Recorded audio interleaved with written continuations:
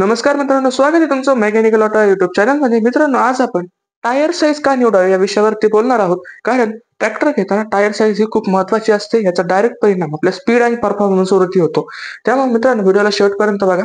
मित्रांनो, आज आपण टार्गेटच्या टायर साईजचं उदाहरण घेणार आहोत. मित्रांनो, टार्गेटमध्ये दोन टायर साईज मित्रांनो 8-3-20 आणि 9-5-20 दोन्हीचा जर फरक पाहिला मित्रांनो, तर 8-3-20 छोटी साईज टायर साईज आहे आणि 9-5-20 ही मोठी आहे. याचं स्पीड जर पाहिलं तर 8-3-20 चा जो स्पीड आहे तो 21.7 किलोमीटरचा आहे आणि 9-5-20 चा जो स्पीड आहे तो स्पीड 22.5च्या पुढे असतो. म्हणजे स्पीड जो आहे तो टायर साईज मोठी असल्यामुळे स्पीड हा आपल्या ट्रॅक्टरचा वाढतो. त्यामुळे कामं जलद गतीने होतात.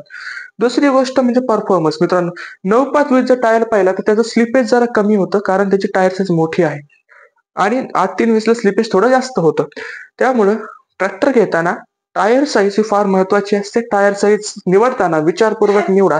तुमच्या कामाच्या हिशोबाने टायर साईज घ्या, जेणेकरून तुम्हाला कुठल्याही प्रकारचा लॉस होणार आहे. मित्रांनो, व्हिडिओ कसा वाटला कमेंटमध्ये नक्की सांगा. व्हिडिओ आवडल्यास लाईक करा, शेअर करा, चॅनल सबस्क्राईब करा विसरू नका. धन्यवाद.